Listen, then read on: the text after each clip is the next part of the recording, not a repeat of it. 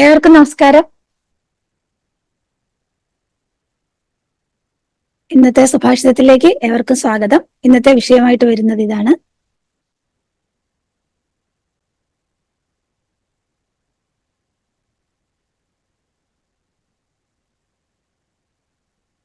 I am within God, and that is the ultimate truth, beyond God being in me.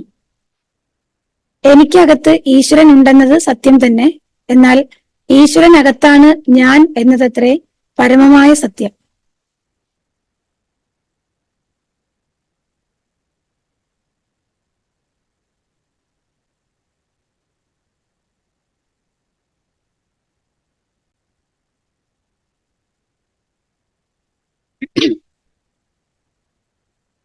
നമ്മള് കുറെ ദിവസങ്ങളായിട്ട് പ്രകൃതിയെ ഒരു വ്യവസ്ഥ എന്ന നിലയിൽ മനസ്സിലാക്കി വന്നുകൊണ്ടിരിക്കുകയാണ്. പ്രകൃതി എന്ന് പറയുന്നത് എത്രത്തോളം സ്വയം സംഘടിതമാണ്, അല്ലെങ്കിൽ എത്രത്തോളം അത് പരസ്പരം കണക്ട് ചെയ്താണ് പ്രവർത്തിക്കുന്നത് എന്നുള്ളത് നമ്മൾ മനസ്സിലാക്കിക്കൊണ്ടേയിരിക്കുകയാണ്. അപ്പൊ അത് കൂടുതൽ മനസ്സിലാക്കും തോറും മനസ്സിലാകുന്ന ഒരു കാര്യം, അല്ലെങ്കിൽ നമ്മളിൽ ഉരുവാകുന്ന ഒരു സത്യം എന്താണെന്ന് വെച്ചാൽ, നമുക്കകത്തിരുന്നുകൊണ്ട് ആണ് ഈശ്വരൻ പ്രവർത്തിക്കുന്നത്. അല്ലെങ്കിൽ നമ്മളത് പൊതുവെ എല്ലായിടത്തും കേൾക്കാറുള്ള, അല്ലെങ്കിൽ ഗുരുക്കന്മാർ പറഞ്ഞ് എല്ലാം നമ്മൾ മനസ്സിലാക്കിയിട്ടുള്ള ഒരു കാര്യമാണ്. എനിക്കകത്താണ് ഈശ്വരൻ എന്നാണ് നമ്മൾ മനസ്സിലാക്കേണ്ടത്, പുറത്തല്ല എന്നുള്ള രീതിയിൽ. ഇവിടെ നമ്മൾ ഡീപ്പ് ഇക്കോളജിക്കലായിട്ട് മനസ്സിലാക്കുന്ന സമയത്ത്, അല്ലെങ്കിൽ പ്രകൃതി ആത്മീയതയുടെ ഒരു വിശദീകരണത്തിൽ വരുന്ന സമയത്ത് അത് കൃത്യമായിട്ട് നമുക്ക് ബോധ്യമാകുന്നുണ്ട് ഏത് അളവിലാണ്, അല്ലെങ്കിൽ ഏത് രീതിയിലാണ് അത് വിശാലമായിട്ട് കിടക്കുന്നത് എന്നുള്ളത്. അപ്പൊ ഇവിടെ പറയുന്ന ഒരു കാര്യം, വ്യവസ്ഥ എന്ന് പറയുന്നത് ശരിക്കും അതിൽ തന്നെ അത് സ്വയം സംഭവിക്കുന്നതാണ്, എല്ലാം പരസ്പരം ബന്ധപ്പെട്ട് പ്രവർത്തിക്കുന്നതാണ്. ആ വ്യവസ്ഥയെ നിലനിർത്തുന്ന ഒരുപാട് നിയമങ്ങളുണ്ട് അതിനകത്ത് തന്നെ. അതായത് ആന്തരികമായിട്ട് തന്നെ നിലനിൽക്കുന്ന ഒരുപാട് നിയമങ്ങളുണ്ട്, ഒരുപാട് വിന്യാസങ്ങളുണ്ട്. ഈ നിയമങ്ങളും വിന്യാസങ്ങളും ഒക്കെ തന്നെയാണ് വ്യവസ്ഥയെ അതായി നിലനിർത്തുന്നതും ആ വ്യവസ്ഥയുടെ നിലനിൽപ്പിനെ സഹായിക്കുന്ന, പരസ്പര ബന്ധമായിട്ട് നിലനിൽക്കുന്നതും ഒക്കെ. അപ്പൊ അതിൽ ഏറ്റവും പ്രധാനമായിട്ട് നമ്മൾ മനസ്സിലാക്കുന്നത് ആ വ്യവസ്ഥയെ അതിനകത്ത് തന്നെ ഇരുന്ന് പ്രവർത്തിപ്പിക്കുന്ന ആ ഒരു ഘടകം എന്താണെന്നുള്ളതാണ്. അപ്പോ ഒരു വസ്തു, നമ്മള് പ്രകൃതിയിൽ കാണുന്ന ഏതൊരു വസ്തുവും അതില് ജീവൻ ഉണ്ട് ഇല്ല എന്നുള്ളത് നമ്മളാണ് വേർതിരിക്കുന്നത്.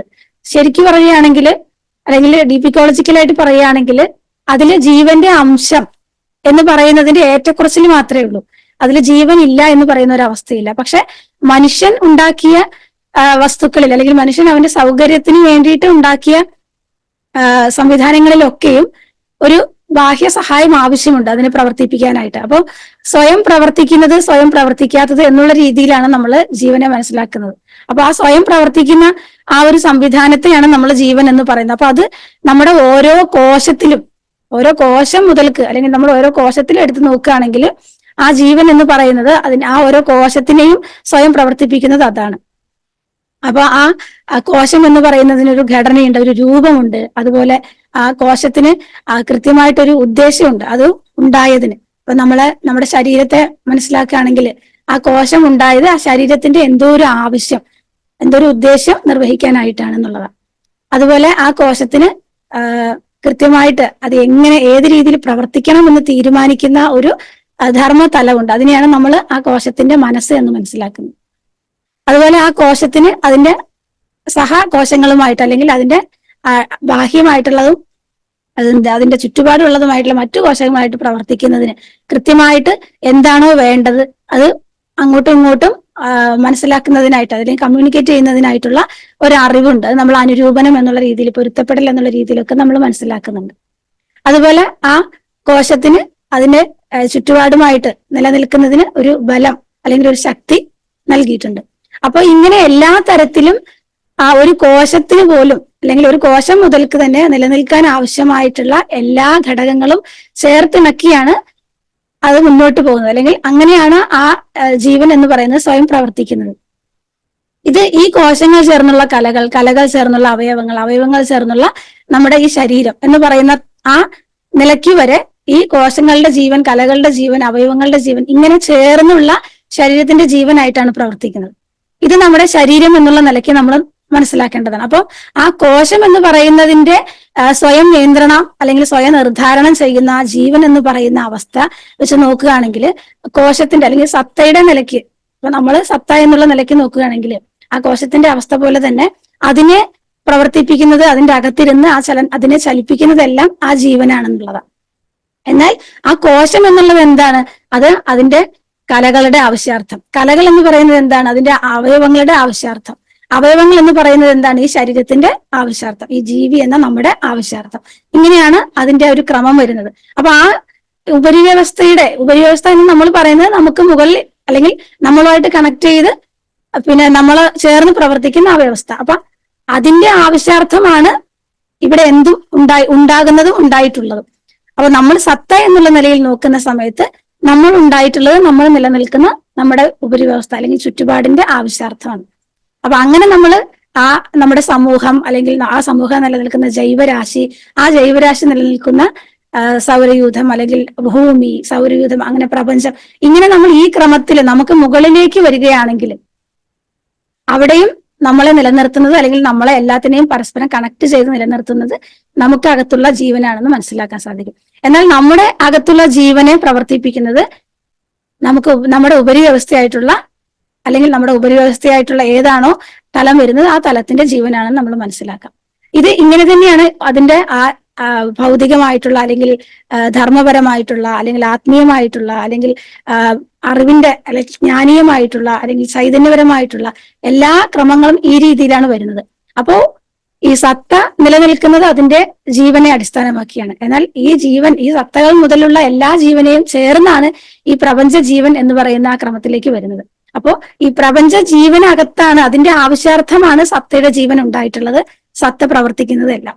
ഈ രീതിയിൽ നമ്മൾ ഡീപിക്കോളജിക്കലാക്കി നോക്കുന്ന സമയത്ത് നമുക്ക് കൃത്യമായിട്ട് മനസ്സിലാക്കാൻ കഴിയും, എനിക്കകത്ത് ഈശ്വരൻ ഉണ്ടെന്നത് പോലെ തന്നെ ഞാൻ എന്ന് പറയുന്നത് ഈ ഈശ്വരനകത്താണ് നിലനിൽക്കുന്നെന്നുള്ളത്.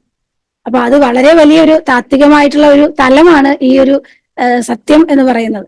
അപ്പൊ അതിനെ നമുക്ക് ഇങ്ങനെ ഗാഠ പ്രകൃതി ശാസ്ത്രത്തിലൂടെ ഈ രീതിയിൽ വ്യക്തമായിട്ട് മനസ്സിലാക്കാവുന്നതാണ്. അപ്പൊ ഇതിനെ നമ്മൾ പല രീതിയിൽ ശരിക്കും പറഞ്ഞാൽ വിശദീകരിച്ച് മനസ്സിലാക്കുന്നുണ്ട്. അതിനെ ഹോളിസ്റ്റിക് ആയിട്ടും നമ്മൾ മനസ്സിലാക്കുന്നുണ്ട്. ഈ രണ്ട് മനസ്സിലാക്കലുകളിലും കൂടി നമ്മളിൽ ഉരുത്തിരിഞ്ഞു വരുന്ന ഒരു സത്യമാണ് ഈ പറയുന്ന വാചകം. അപ്പൊ ഇത്രയാണ് എനിക്ക് ഈ നമുക്കകത്ത് ഈശ്വരൻ എന്ന് പറയുന്നത് പോലെ ഈശ്വരനകത്താണ് ഞാൻ എന്ന് പറയുന്നത് ഏത് രീതിയിലാണ് എന്നുള്ളത് മനസ്സിലായിട്ടുള്ളത്. ഇത് നമ്മള് വാചകങ്ങളിൽ അല്ലെങ്കിൽ ആശയത്തിൽ നിന്ന് മനസ്സിലാക്കുക എന്നുള്ളതിനപ്പുറം നമ്മുടെ ജീവിത അനുഭവങ്ങളിലൂടെ കൃത്യമായിട്ട് മനസ്സിലാക്കുക. അപ്പൊ നമ്മൾ പറയുന്നുണ്ട് കൂടുകൾക്കകത്ത് കൂടായിട്ടുള്ള വിന്യാസം എന്നുള്ള രീതിയിൽ എത്രത്തോളം ആ വലിയ കൂടിനകത്ത് നമ്മൾ സുരക്ഷിതമായിട്ടാണ് നിലനിൽക്കുന്നത് എന്നുള്ളതാണ്. അത്രയ്ക്കും നമ്മൾ പരസ്പരം ബന്ധപ്പെട്ടാണ് നിലനിൽക്കുന്നത്. നമ്മുടെ ഒരു ചിന്തയുടെയോ പ്രവൃത്തിയുടെയോ വാസനയുടെയോ ചോദനയുടെയോ ഒക്കെ തലത്തിൽ നിന്നുകൊണ്ടാണ് നമ്മൾ ഇതിനെ കാണുന്നത് എന്നുള്ളത് കൊണ്ടാണ് അത് വേർതിരിച്ച് മനസ്സിലാക്കുന്നത്. അപ്പൊ അവിടെ ആ വാസനകളിലോ അല്ലെങ്കിൽ വാസനകൾ നമ്മളെ കൊണ്ടുപോകുന്നതോ അല്ലെങ്കിൽ ചോദനകളിലൂടെ നമ്മൾ സഞ്ചരിക്കുന്നത് കൊണ്ടോ ഈ ഭേദബുദ്ധി എന്ന് പറയുന്നത്, അതായത് ഞാൻ ഈ വ്യവസ്ഥയിൽക്കകത്തല്ല, ഈ വ്യവസ്ഥ എന്ന് തന്നെ നമ്മൾ വിട്ടുപോയിക്കൊണ്ട് ഞാൻ മാത്രമായിട്ടുള്ള ഒരു അഹം അവിടെ പ്രവർത്തിക്കുന്നത്. അപ്പൊ ആ അഹത്തിൽ നിന്നുകൊണ്ടാണ് നമ്മൾ ഇതിനെ കാണുന്നത്. അവിടെയാണ് നമ്മൾ സ്വയം വേർതിരിച്ച് മനസ്സിലാക്കുന്നത്. അപ്പോ ഈ അഹം എന്ന് പറയുന്നത് അതും നമ്മളും മനസ്സിലാക്കിയിട്ടുണ്ട്. ആ അഹം എന്ന് പറയുന്നതിൽ നമ്മൾ എന്തെല്ലാമാണോ കൂട്ടിച്ചേർക്കുന്നത് അതിനനുസരിച്ചാണ് നമ്മുടെ ഈ പ്രപഞ്ചത്തെ കുറിച്ചുള്ള ധാരണ ഉണ്ടാകുന്നത്. അപ്പൊ ഞാൻ എന്ന് പറയുന്നത് ഈ ഒരു ശരീരപരിധിയിൽ ഒതുങ്ങുന്നതല്ല, അതിനപ്പുറം ഈ പറഞ്ഞതുപോലെ ഉപരിവ്യവസ്ഥയുടെ ആ ശരീരം അല്ലെങ്കിൽ ഉപരിവ്യവസ്ഥയുടെ ധർമ്മം, ഉപരിവ്യവസ്ഥയുടെ മനസ്സ്, ഉപരിവ്യവസ്ഥയുടെ ജ്ഞാനം, ഉപരിവ്യവസ്ഥയുടെ ചൈതന്യം, ഇത്രയെല്ലാം ഞാനും ചേർന്ന് കിടക്കുന്നു എന്നുള്ളത്, അല്ലെങ്കിൽ ഇത്രയെല്ലാം ഞാനും ഉണ്ട് എന്നുള്ളതാണ് നമ്മൾ മനസ്സിലാക്കേണ്ടത്. ഇപ്പൊ ഈ അർത്ഥത്തിലെല്ലാം ഏത് രീതിയിൽ മനസ്സിലാക്കുകയാണെങ്കിലും നമുക്ക് അകത്ത് മാത്രമായിട്ടല്ല എല്ലാം സംഭവിക്കുന്നത്, അല്ലെങ്കിൽ നമുക്ക് പുറത്ത് മാത്രമായിട്ടല്ല സംഭവിക്കുന്നത്. നമ്മളെപ്പോലെ എത്ര ജീവരാശികളുണ്ടോ അവയെല്ലാം ഏതെല്ലാമോ തരത്തിൽ നമ്മൾ പരസ്പരം അങ്ങോട്ടും ഇങ്ങോട്ടും ബന്ധപ്പെട്ട് മാത്രമാണ് നിലനിൽക്കുന്നത്. അപ്പൊ നമുക്ക് മാത്രമായിട്ട് ഇവിടെ ഒരു നിലനിൽപ്പില്ല എന്ന് മനസ്സിലാക്കേണ്ടത് ഈ ബന്ധപ്പെടൽ എങ്ങനെയൊക്കെയാണ് നമുക്ക് നിലനിൽക്കാൻ സാധിക്കുന്നത്, ആ ബന്ധപ്പെടലെല്ലാം മനസ്സിലാക്കിക്കൊണ്ടാണ്. അപ്പൊ ഈ രീതിയിലെല്ലാം നമുക്ക് എങ്ങനെയാണ് ഈശ്വരനകത്ത് ഞാൻ നിലനിൽക്കുന്നത് എന്നുള്ള രീതിയെ മനസ്സിലാക്കാൻ സഹായിക്കുന്നതാണ്. അപ്പൊ ഈ വ്യവസ്ഥ, നിയമം അല്ലെങ്കിൽ ആ വ്യവസ്ഥയുടെ അവസ്ഥ എന്തെല്ലാമാണ്, ഏതെല്ലാം രീതിയിൽ വ്യാപിച്ചു കിടക്കുന്നു എന്ന മനസ്സിലാക്കലിൽ തന്നെ എനിക്ക് തോന്നുന്നു നമുക്ക് ഈ വലിയൊരു തത്വത്തെ ഉൾക്കൊള്ളാൻ സാധിക്കും എന്നുള്ളത്. അപ്പൊ എല്ലാവർക്കും അത് അനുഭവതലത്തിൽ ഉണ്ടാകട്ടെ, ബോധ്യപ്പെടട്ടെ എന്ന് പ്രാർത്ഥിക്കുന്നു. നന്ദി, നമസ്കാരം.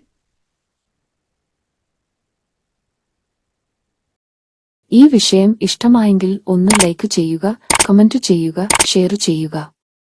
നിങ്ങൾ പ്രകൃതിയെ ഇഷ്ടപ്പെടുന്നുവെങ്കിൽ ഈ ചാനൽ സബ്സ്ക്രൈബ് ചെയ്യുക.